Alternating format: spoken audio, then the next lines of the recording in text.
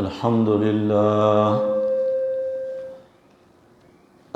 لله نحمده ونستعينه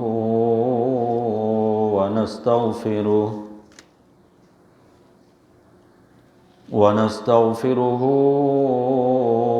ونؤمن به ونتوكل عليه ونعوذ بالله من شرور أنفسنا ومن سيئات أعمالنا من يهده الله فلا مضل له ومن يضلله فلا هادي له شهادة أن لا إله إلا الله وحده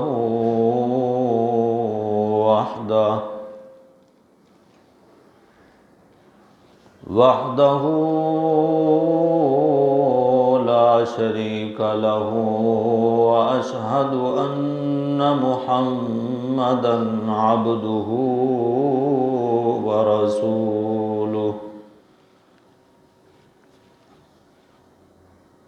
أما بعد فأعوذ بالله من الشيطان الرجيم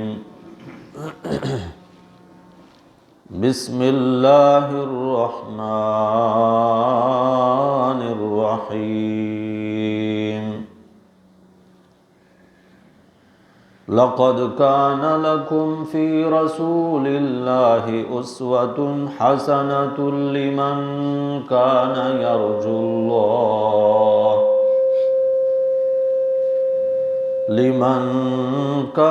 يرجو الله واليوم الآخر وذكر الله كثيرا صدق الله وصدق رسوله النبي الأمين الكريم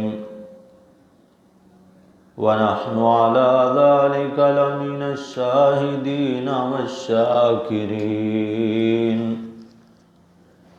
والحمد لله رب العالمين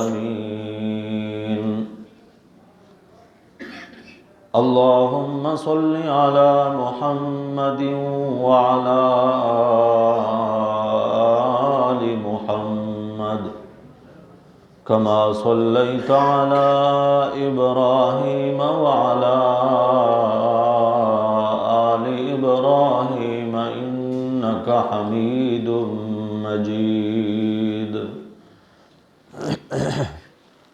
اللهم بارك على محمد وعلى آل محمد كما باركت على إبراهيم وعلى آل إبراهيم إنك حميد مجيد بزرگان محترم، برادران عزیز، گزشتہ جمعۃ المبارک کے خطبہ میں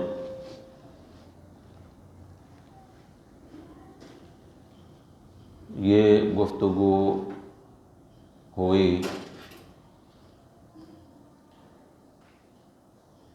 اس پوری کائنات میں کوئی خطہ ایسا نہیں ہے اور کوئی لمحہ ایسا نہیں گزرتا جس لمحے اس دنیا میں کسی نہ کسی خطہ میں، کسی ملک میں، کسی علاقے میں نبی اکرم صلی اللہ علیہ وسلم کا ذکر خیر نہ ہو رہا ہو۔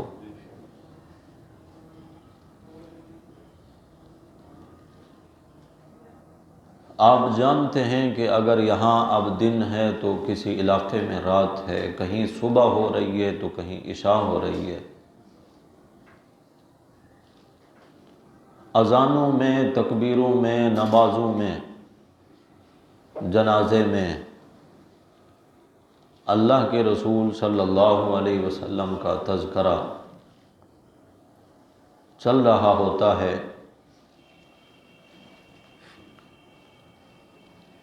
اور ربیع الاول کے مہینے میں حضور اکرم صلی اللہ علیہ وسلم کا تذکرہ خیر اپنے عروج پر پہنچ جاتا ہے۔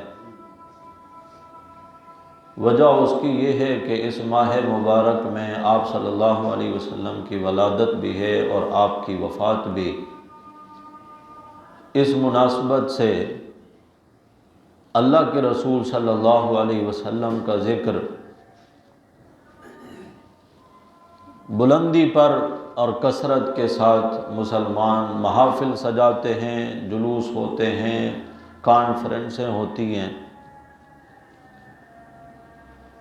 جس نقطے پر ہماری بات پہنچی تھی اور وقت ختم ہو گیا تھا وہ یہ تھا کہ آج کا زمانہ، آج کا دور ترقی کا دور ہے، ذرائع ابلاغ بہت عام ہیں، ٹی وی میں، میڈیا پر، اخبارات میں مختلف انداز سے اللہ کے نبی صلی اللہ علیہ وسلم کا تذکرہ چل رہا ہوتا ہے۔ اخبار والے آرٹیکل چھاپتے ہیں، ٹی وی پر کوئی نہ کوئی مذہبی اسکالر حضور اکرم صلی اللہ علیہ وسلم کا سیرت کا کوئی نہ کوئی پہلو لے کر اس پر گفتگو کر رہا ہوتا ہے۔ آج سے تھوڑا عرصہ پہلے یہ ذرائع ابلاغ اتنا عام نہیں تھے۔ آپ صلی اللہ علیہ وسلم کا تذکرہ اگر کسی خطے میں ہوتا تو دوسرے خطے والوں کو اس کی خبر نہ ہوتی۔ آج یورپ اور ایشیا والے اس قدر آپس میں جڑے ہیں کہ یہاں کے تذکرے، یہاں کی کانفرنس، یہاں کے پروگرام وہ براہ راست سن رہے ہوتے ہیں اور وہاں کے یہاں والے سن رہے ہوتے ہیں۔ تھوڑا عرصہ پہلے تک چرچے اتنا عام نہیں تھے اور اللہ کے نبی صلی اللہ علیہ وسلم کی سیرت کے بہت سارے گوشے اور پہلو ہر ایک کے سامنے نہیں تھے۔ آج ہر چیز عیاں اور روشن اور واضح ہو چکی ہے۔ چاہیے تو یہ تھا کہ آج کے دور کا مسلمان پہلے والے مسلمانوں سے آگے بڑھتا اور اللہ کے نبی صلی اللہ علیہ وسلم کی سیرت کے جس گوشے کا اس کو پتہ چلتا اور علم ہوتا وہ اس پر عمل کرتا۔ لیکن ہم یہ دیکھ رہے ہیں کہ جلسے زیادہ ہو رہے ہیں، جلوس بڑھ رہے ہیں، کانفرنسیں، سیمینار بہت ہو رہے ہیں اور سیرت ہماری پست ہوتی جا رہی ہے۔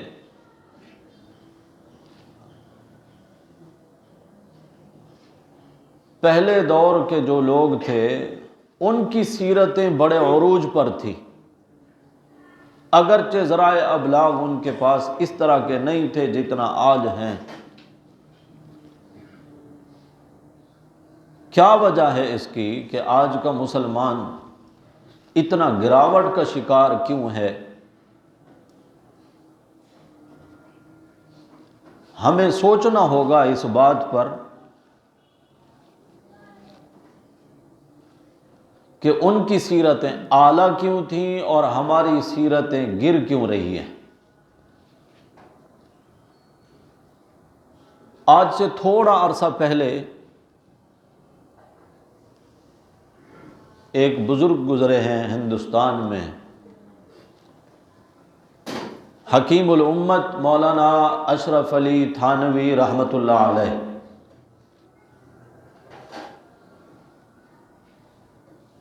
یہ کوئی بہت زیادہ پہلے عرصے کے لوگ نہیں ہیں، قریب دور کے لوگ ہیں۔ ان کی لکھی ہوئی کتابیں آج ہمارے گھروں میں موجود ہیں۔ ان کا تذکرہ میں آپ کو ایک واقعہ سناتا ہوں کہ وہ کتنا اعلیٰ سوچ کے لوگ تھے، اور ہماری سوچ اور ہمارے سیرت اتنی خراب کیوں ہے۔ کہیں سفر کے لیے تشریف لے گئے، جان پہچان والے لوگ ہر قسم کے تھے، ماننے والے، محبت کرنے والے، مریدین۔ ایک کسان جو تھا، جب حضرت واپس اسٹیشن پر پہنچے، ٹرین میں سوار ہونے کے لیے آئے، اپنے کھیتوں میں سے گنے جو ہے کاٹ کے اس کا ایک گٹھا بنایا اور حضرت کی خدمت میں پیش کیا کہ آپ گھر تشریف لے جا رہے ہیں تو یہ بھی ساتھ لے جائیں۔ شہری لوگوں کے اپنے تحائف ہوتے ہیں اور کسان دیہاتی لوگوں کے اپنے تحفے تحائف ہوتے ہیں۔ جس لیول کا، جس انداز کا بندہ ہوتا ہے، اس نے اسی طرح کی سوچ رکھنی ہوتی ہے۔ موسیٰ علیہ السلام کے بارے میں آتا ہے نا کہ آپ گزر رہے تھے، ایک شخص بیٹھا اللہ سے باتیں کر رہا ہے، یا اللہ مجھے آپ سے بڑی محبت ہے، لیکن کیا کروں، تو کبھی سامنے بھی تو نہیں آیا، میرا دل یہ چاہتا ہے کہ کبھی آپ میرے پاس آتے، اتنی ساری تو نے مجھے بکریاں دی ہیں، میں بکریوں کا دودھ نکالتا، آپ کے سامنے دودھ پیش کرتا، آپ کو دودھ پلاتا، کھلاتا پلاتا، آپ کو، آپ کی خدمت کرتا، کبھی تو آپ میرے مہمان ہوتے۔ تو اس بندے نے گنے کا گٹھا حضرت کی خدمت میں پیش کیا۔ آپ ٹکٹ لے چکے تھے ٹرین کے، اپنے خادم سے فرمایا کہ جاؤ اس کا وزن کراؤ اور اس کی جو ٹکٹ بنتی ہے وہ ادا کرو۔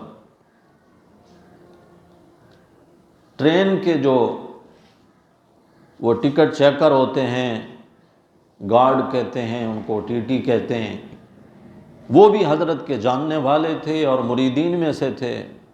انہوں نے کہا حضرت اس کا اب کیا وزن کرانا ہے اور کیا ٹکٹ کرانی ہے، آپ اس کو ایسے ہی لے جائیں،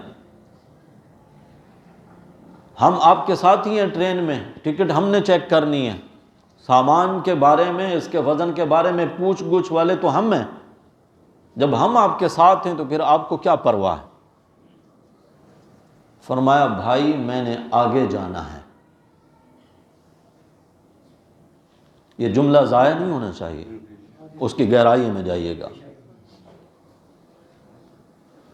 گارڈ نے یہ سمجھا کہ آپ کہنا یہ چاہتے ہیں کہ جس جنکشن تک یہ گاڑی جائے گی میں نے اس سے اتر کے دوسری گاڑی میں جانا ہے۔ تو اس نے کہا حضرت کوئی اس کی بھی آپ کو پریشانی کی کوئی بات نہیں، آپ جب اتریں گے تو اگلے گارڈ سے میں بات کر دوں گا، وہ بھی آپ کو بحفظ و امان جہاں تک آپ نے جانا ہے وہاں لے جائے گا۔ فرمایا بھائی میں نے اس سے بھی آگے جانا ہے۔ تو اس نے کہا حضرت وہ گاڑی جو اگلے جنکشن سے چلے گی وہ تو ہندوستان کے آخری اسٹیشن تک جاتی ہے، اس سے آگے تو کوئی ٹرین ہے نہیں۔ تو فرمایا بھائی میں نے اس جگہ جانا ہے جہاں یہ گارڈ، ٹی ٹی، کلی کوئی بھی کام نہیں آئیں گے، میں نے اپنے اللہ کے حضور پیش ہونا ہے، میں حکومت وقت کے ساتھ اور ٹرین انتظامیت کے ساتھ یہ چند ٹکے بچا کر خیانت کر کے اپنے اللہ کو کیا منہ دکھاؤں گا۔ بات میں نے جہاں سے شروع کی ہے آپ اس کو سامنے رکھیں گے۔ ان کے دور میں ذرائع ابلاغ عام نہیں تھے، جلسے جلوس نہیں تھے، کانفرنسیں سیمینار نہیں تھے، سیرت ان کی اتنا اعلیٰ تھی کہ ہماری طرح ان کا صرف ایمان نہیں تھا کہ مرنا ہے اور اللہ کے سامنے پیش ہونا ہے، یقین تھا کہ اللہ نے ہم سے پوچھنا۔ میں قرآن میں سے ایک جگہ کی طرف متوجہ کرتا ہوں اپنے بھائیوں کو، اور یہ مقام تقریباً ہر بندے کو، ہر مسلمان کو یاد ہوگا۔ سورۃ البقرہ شروع ہوتی ہے الف لام میم ذالک الکتاب لا ریب فیہ ھدی للمتقین الذین یؤمنون بالغیب۔ متقی لوگوں کی صفات اللہ نے یہاں پر بیان فرمائی ہیں کہ وہ جو تقوی اختیار کرنے والے متقین ہیں، ان کی پہلی صفت یہ ہے کہ بن دیکھے ایمان لاتے ہیں۔ اللہ کو دیکھا نہیں ہے، اور ہم نے تو نبی پاک صلی اللہ علیہ وسلم کو بھی نہیں دیکھا، اور قرآن کو نازل ہوتے ہوئے ہم نے نہیں دیکھا، پھر پل صراط کو، میزان کو، حشر نشر کو ہم نے نہیں دیکھا، لیکن ہمارا ایمان ہے۔ یؤمنون بالغیب، یہ یؤمنون کا جملہ ذہن میں رہے، بن دیکھے ایمان لانے والے ہیں۔ اور اگلی آیت میں الذین یؤمنون بما انزل الیک وما انزل من قبلک، اور وہ ایمان لائے ہیں اس کتاب پر جو آپ پر نازل ہوئی یا آپ سے پہلے انبیاء علیہم الصلاۃ والسلام پر جو کچھ وحی نازل ہوئی اس پر بھی ان کا ایمان ہے۔ وبالآخرۃ ہم یوقنون، اور آخرت کے دن پر بھی ایمان لائے ہیں؟ نہیں، وبالآخرۃ ہم یوقنون، آخرت کے دن پر یقین رکھتے ہیں۔ پہلے یؤمنون کی بات تھی، یؤمنون بالغیب، یؤمنون بما انزل الیک، ایمان رکھتے ہیں، ایمان رکھتے ہیں، لیکن جیسے ہی حشر نشر کے دن، یوم آخرت کے دن، قیامت کے دن کی بات آئی تو اللہ ایمان والوں کی صفت جو بیان فرما رہے ہیں وبالآخرۃ ہم یوقنون، آخرت کے دن کا یقین ہے ان کو۔ ہمارا ایمان ہے، صرف یقین نہیں ہے۔ بھائی کا جب انتقال ہو جاتا ہے، وراثت میں اس کے بچوں کا جو حصہ ہوتا ہے، جو چچا اور پھوپھیاں مل کر اپنے یتیم بھانجوں بھتیجوں کا حصہ اور حق غصب کرنے کی کوشش کرتے ہیں، یا اچھی جائیداد خود لے لیتے ہیں، ناکارہ ان کے حصے کے لیے رکھ چھوڑتے ہیں، ناجائز ان کے تصرف کرتے ہیں، ان کے اموال کا یتیموں کے حصوں میں سے ان کا حق کھا جاتے ہیں، کیا خیال ہے ایسے چچا کا ہے یقین کہ میں نے اللہ کے سامنے پیش ہونا ہے اور اللہ کو جواب دینا ہے؟ اگر یقین ہوتا تو وہ ایسا کرتا؟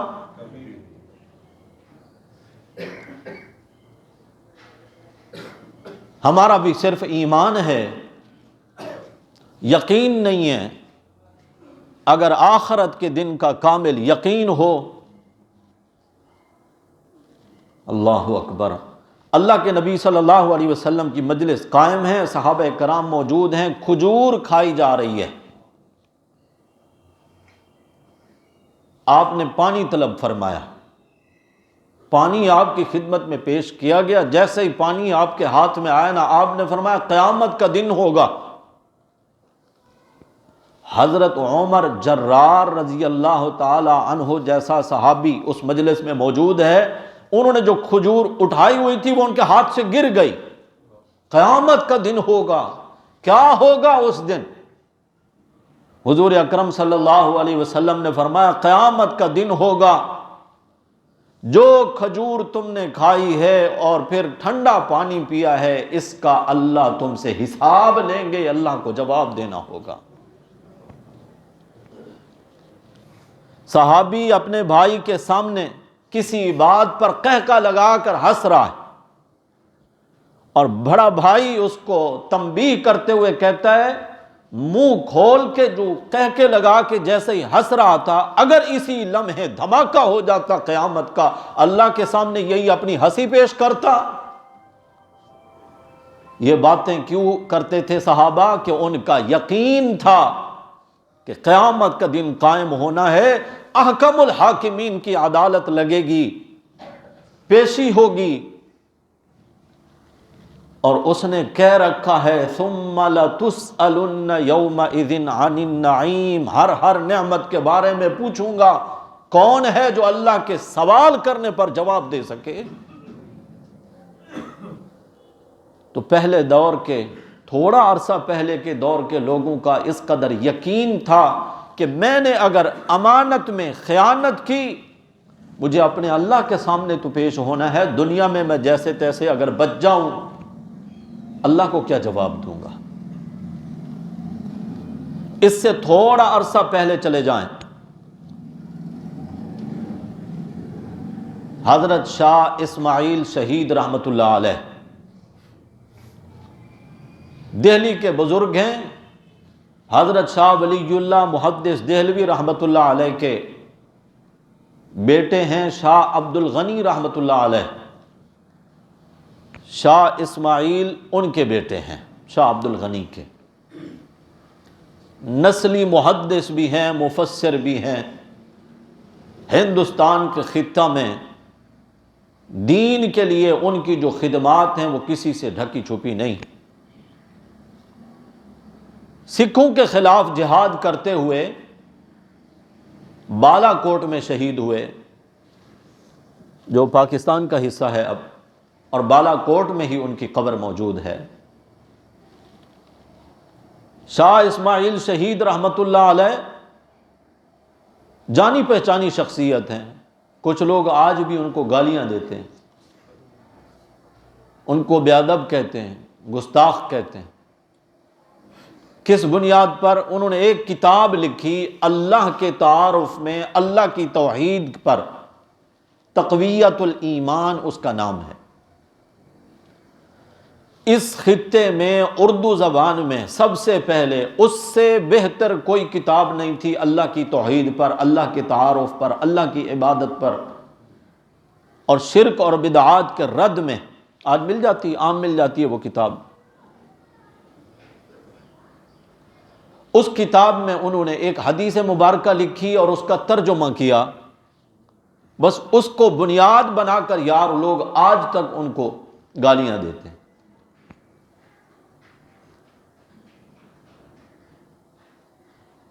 ان کا جہاد تو سکھوں کے خلاف تھا، لڑے بھی وہ سکھوں سے، شہید بھی سکھوں کے ہاتھوں ہوئے، تمہارا کیا بگاڑا ہے کہ تم ان کو گالیاں دیتے ہو؟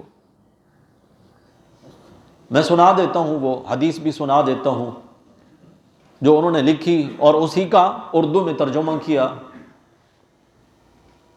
آپ نے وہ حدیث سن رکھی ہے سب نے، انہوں نے وہی حدیث لکھی۔ اللہ کے رسول صلی اللہ علیہ وسلم کی خدمت میں صحابہ کرام حاضر ہوئے، یا رسول اللہ ہم باہر ملکوں میں گئے ہیں، وہاں کے بادشاہوں کے درباروں کے مناظر ہم نے دیکھے ہیں، دربار لگتا ہے، لوگ آتے ہیں، ادب اور تعظیم میں ان کے سامنے سجدہ ریز ہو جاتے ہیں، جھک جاتے ہیں، ان کی بادشاہت بھی جھوٹی۔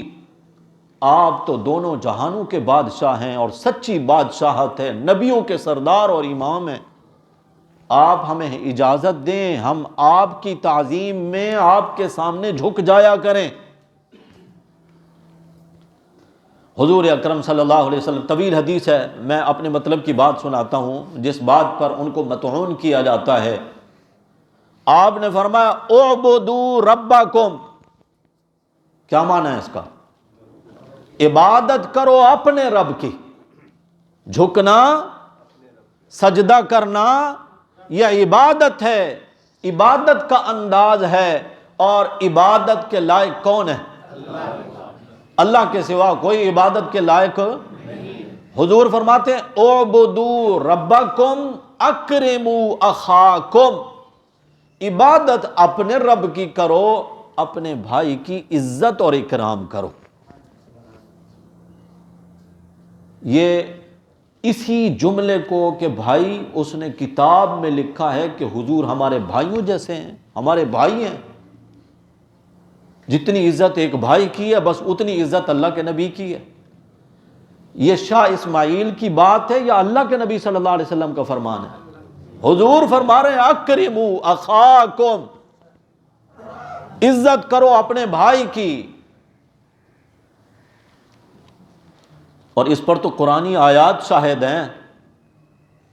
آپ سورۃ الاعراف پڑھیں، سورہ ہود پڑھیں، الی عاد اخاہم ہودا، ہم نے قوم عاد کی طرف ان کے بھائی ہود کو نبی بنا کر بھیجا، الی ثمود اخاہم صالحا، ہم نے قوم سمود کی طرف ان کے بھائی صالح علیہ الصلوۃ والسلام کو نبی بنا کر بھیجا، الی مدین اخاہم شعیبا، ہم نے مدین والوں کی طرف ان کے بھائی شعیب علیہ الصلوۃ والسلام کو نبی بنا کر بھیجا۔ تو اللہ نے یہ گستاخی کر دی، نبی کو ان کا بھائی قرار دیا۔ اور یہ بات بھی ذہن میں رہے کہ قوم عاد، قوم سمود اور قوم شعیب کافر ہیں، کافر۔ اللہ خود اپنے نبیوں کو ان کا کیا قرار دے رہے ہیں؟ یہ گستاخی ہے، یہ بے ادبی ہے۔ آئیے میں آپ کو نبی پاک صلی اللہ علیہ وسلم کا فرمان بھی سنا دیتا ہوں اس بات پہ۔ قبرستان میں بیٹھے ہیں، قبر ابھی تیار ہو رہی ہے، صحابہ بھی موجود ہیں، جنازہ پڑھ کے حضور تشریف لائے میت کی تدفین کے سلسلے میں، بیٹھے بیٹھے حضور فرماتے ہیں سرد آہ لے کر، وَدِدْتُ، یہ جملہ ہے حدیث مبارکہ کا، میری تمنا یہ ہے، شوق میرے دل میں ایسے اٹھا، کاش میں اپنے بھائیوں کو دیکھ لیتا۔ کون کہہ رہے ہیں؟ اللہ کے نبی صلی اللہ علیہ وسلم فرما رہے ہیں کس کو دیکھ لیتا؟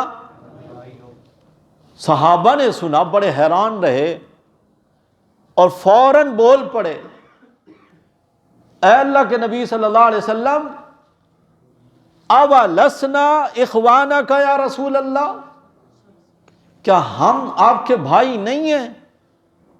کون سے ہیں وہ بھائی جن کے دیکھنے کی تمنا، محبت اور شوق آپ کے دل میں ہے کہ کاش میں اپنے بھائیوں کو دیکھ لیتا؟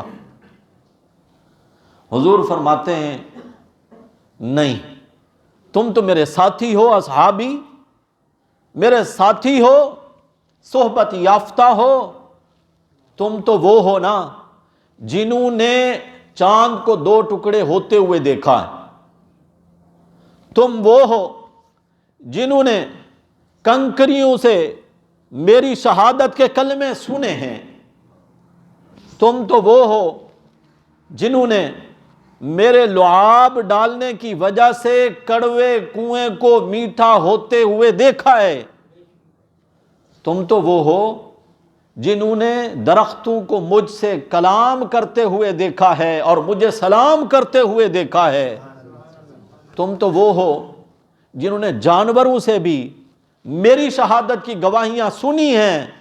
میرے بھائی وہ ہوں گے، میرے بھائی وہ ہوں گے جو ابھی دنیا میں آئے نہیں ہیں، میری وفات کے بعد آئیں گے، جنہوں نے مجھے دیکھا نہیں ہوگا لیکن مجھے اللہ کا سچا رسول مان کر مجھ پہ ایمان لائیں گے۔ وہ میرے کیا ہوں گے؟ میرے بھائی ہوں گے۔ حضور کے دل میں شوق، محبت ابل رہی ہے، کاش میں اپنے ان بھائیوں کو دیکھ لیتا۔ صحابہ نے عرض کیا یا رسول اللہ صلی اللہ علیہ وسلم، آئیں گے بھی وہ آپ کی وفات کے بعد، آپ نے دیکھا بھی نہیں ابھی تک ان کو، یا رسول اللہ قیامت کے دن اپنے ان بھائیوں کو آپ کیسے پہچانیں گے؟ صحابہ کا بھی ایمان تھا کہ اللہ کے نبی عالم الغیب نہیں ہیں، ان کا ایمان تھا کہ اللہ کے نبی ہر جگہ موجود بھی، ورنہ پھر وہ یہ سوال نہ کرتے، ان کو پتہ ہوتا کہ اللہ کے نبی تو ان کو جانتے ہیں۔ اللہ کے نبی تو ان کو دیکھ رکھا ہے کیونکہ آپ تو ہر جگہ موجود ہوتے ہیں. نہیں، صحابہ کا یہی ایمان تھا، اسی لیے انہوں نے سوال کیا یا رسول اللہ آپ قیامت کے دن اپنے ان بھائیوں کو میدان محشر میں جہاں 1.25 لاکھ انبیاء علیہ السلام کی امتیں موجود ہوں گی، آپ اپنی امت میں سے اپنے ان افراد کو، ان بھائیوں کو کس طرح پہچانیں گے؟ تو حضور نے بھی آگے سے یہ نہیں فرمایا کہ تمہیں پتہ نہیں ہے میں عالم الغیب ہوں، میں تو سب جانتا ہوں، میرے لیے تو ساری کائنات ایسی ہے جس طرح ہتھیلی کے اوپر ایک دانہ رکھا ہوتا ہے اور بندہ اس کو دیکھ رہا ہوتا ہے، میں اس طرح ساری کائنات کو دیکھتا ہوں. نہیں نہیں، حضور فرماتے ہیں آؤ میں تمہیں بتاؤں میں اپنے ان بھائیوں کو قیامت کے دن کیسے پہچانوں گا. فرمایا میں ان کو اعضائے وضو کے چمکنے کی وجہ سے پہچان لوں گا.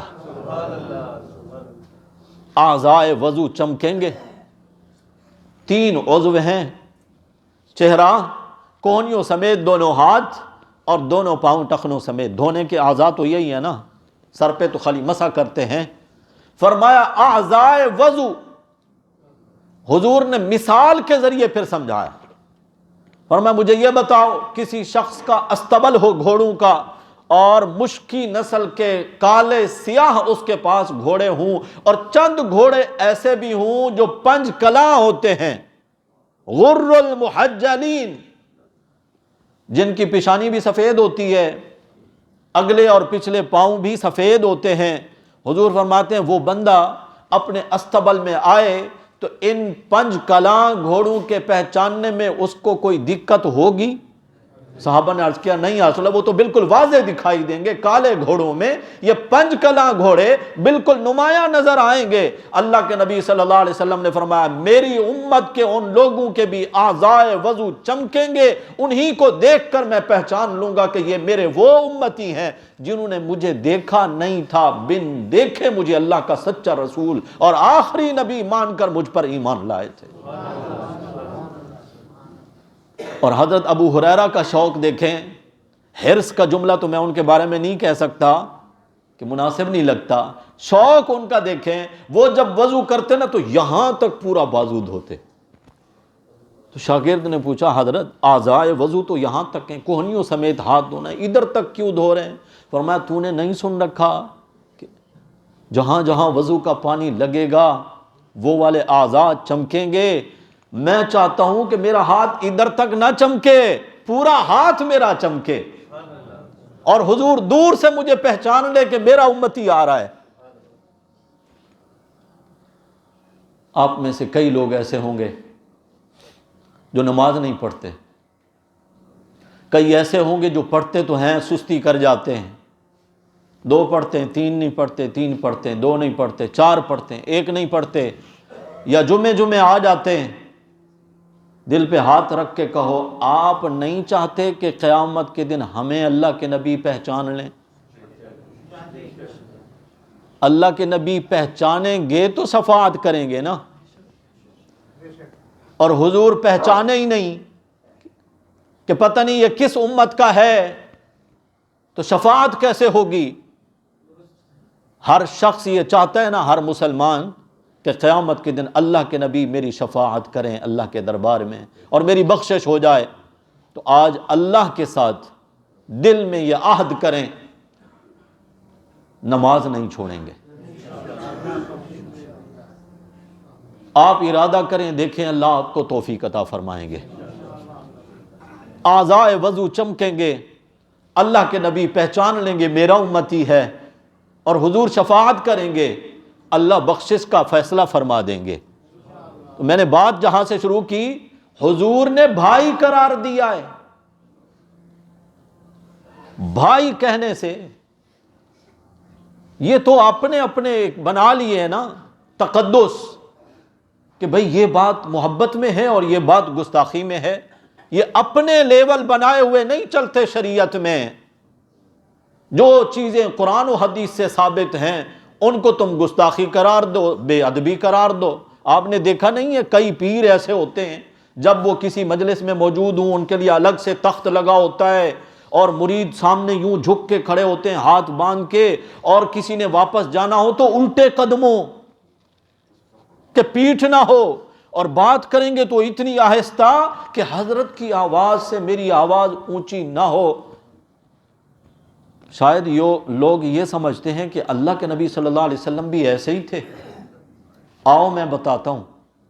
دیہاتی آیا دور دراز کے علاقے کا، میرے نبی صلی اللہ علیہ وسلم سے ملنے کے لیے، آپ کو کبھی نہیں دیکھا تھا، سن رکھا تھا لوگوں سے کہ مدینہ میں ایک شخص آیا ہے جس نے نبوت کا دعویٰ کیا ہے۔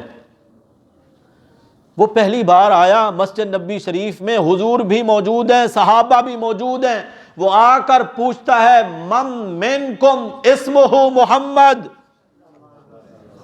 تم میں سے محمد کون ہیں صلی اللہ علیہ وسلم۔ کیوں پوچھنا پڑا اس کو؟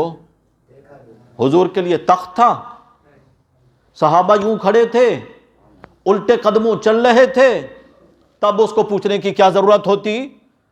اور یہ پیروں کے پیر ہیں، مرشد کائنات ہیں، جن سے بڑا مرشد اللہ نے بنایا نہیں۔ وہ مرشد اپنے مریدوں میں گھل مل کے بیٹھتے تھے، کوئی پہچان نہیں سکتا تھا باہر سے آنے والا کہ ان میں نبی کون ہے اور امتی کون ہے۔ میرے نبی کی سیرت تو یہ ہے، تم نے اپنے محبت کے معیار بنائے ہیں، ایک خیالی طور پر نعلین کا نقش